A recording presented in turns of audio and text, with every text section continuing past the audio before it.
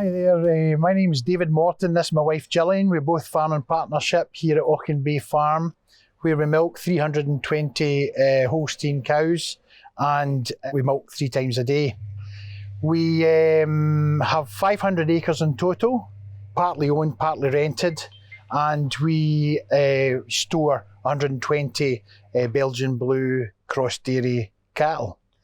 We rear all our replacements, and it was sex semen with the dairy heifers and normal conventional semen with the Belgian Blues. Morton's Milk Farm Shop opened in February 2020.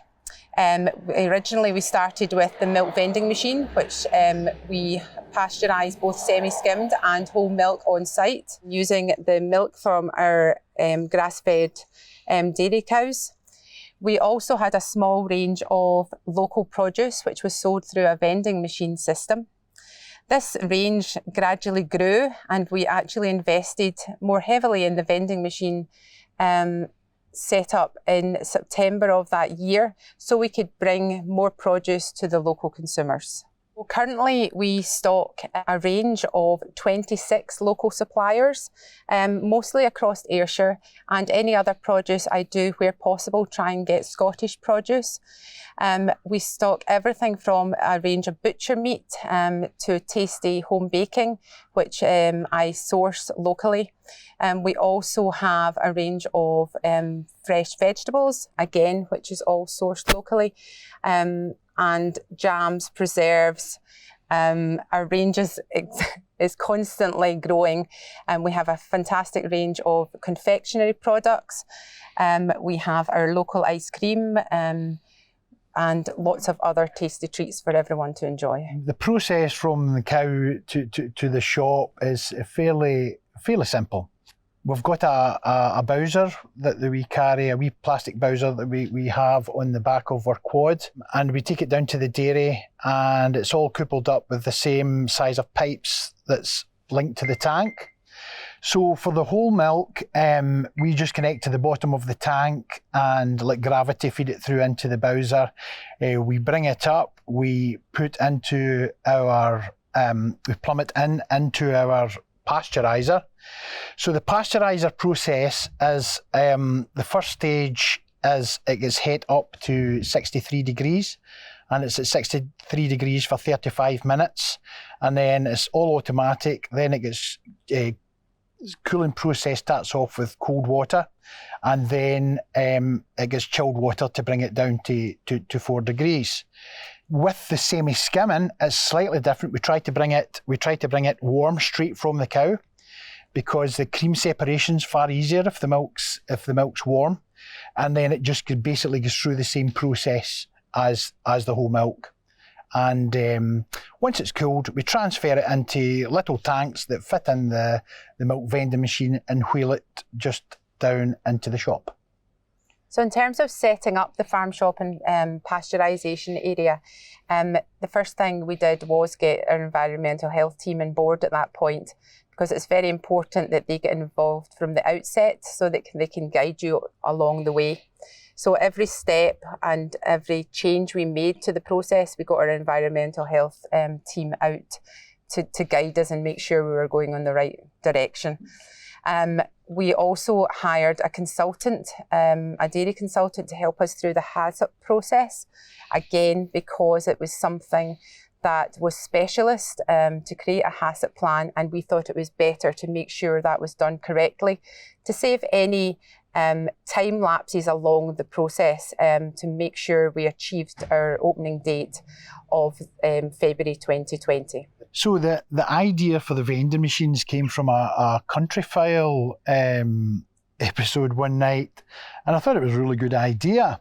And immediately I knew on the farm we had a good spot for the vending machine to sit, where cars could just slip off the main road, and there was an in and an out, and they wouldn't really interfere with the farming practice on the farm. But it wasn't until the Scottish Leader funding became available that allowed us to take the project further. Well, the positives is probably the folk we've met and the journey. whether it's customers or suppliers. We've met a lot of folk, which is great. Because we're as close to the village, when I was small, we used to deliver potatoes into the local village. So you just got to know the village. You just got to know everybody in it. But we lost that. And the village obviously grew with new houses and new families coming in. But we're beginning to get that back again, get more of a realisation who we neighbour with, to be fair. Great for the kids. It's giving them an understanding of money. What we need to do to make a profit on the shop, and gives them something to do when they come home from the school too. So it's good for the realisation of life for the kids. I think also it was it's good for me from my background as in product development and food.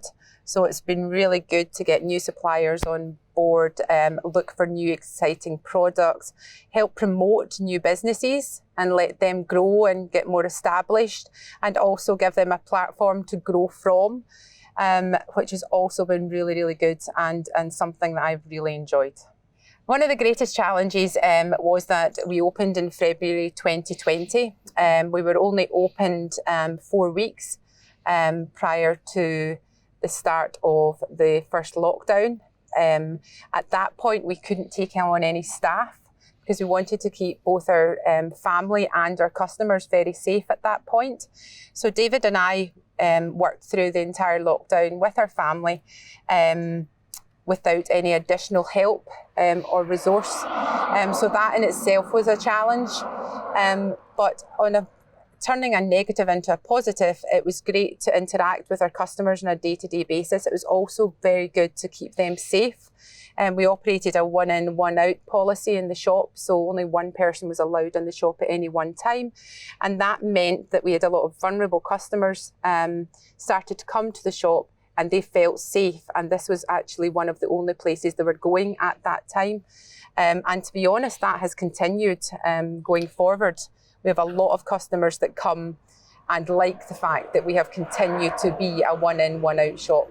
And I think that will continue for the foreseeable future, just to make sure both our family and our customers are all safe at all times. Since opening in February 2020, we have actually expanded on a number of occasions. The first came when we doubled the amount of lockers within the shop to allow us to expand our range more fully.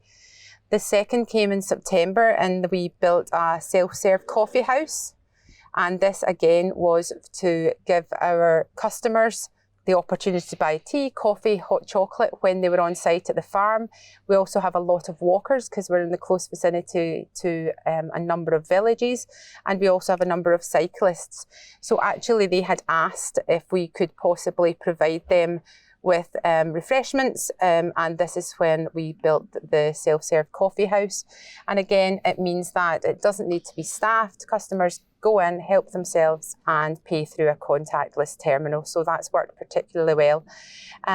We also do doorstep deliveries, not through ourselves. We've partnered with a company called the Wee Brown Hens, who are a young couple who started a delivery business during the pandemic, and we supply both semi-skimmed and whole milk to them 3 times a week, and they deliver throughout Ayrshire.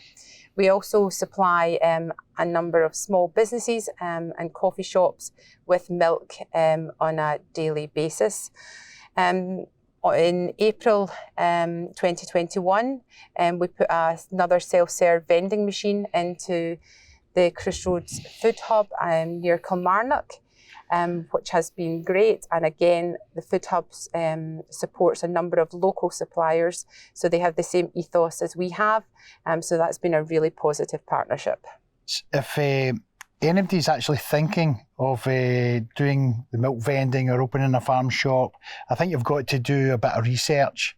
I know Gillian myself has visited could be a dozen sites, maybe even more, from Norfolk, Suffolk to Aberdeen, just to see different farm situations and locations, and basically good to chat to them, to ask them the pitfalls as well as the positive sides of the business. And the other thing I would say is make sure you know the industry that you're going into. Have a love of the industry you're going into, because this isn't easy by any stretch of the imagination. It takes a lot of time, it takes a lot of effort. And if it's not something you enjoy, it will become a chore. And I think that's key. Both David and I, David was passionate about dairy and the farm. I love the food industry. So the combination works for us.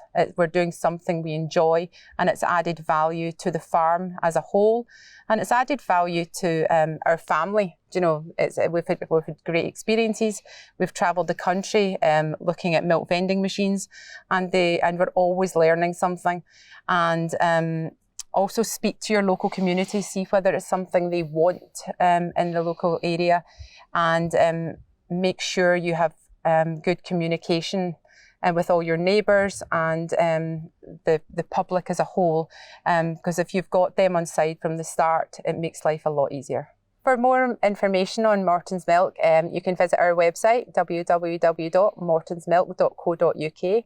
You can also find us on Facebook and Instagram.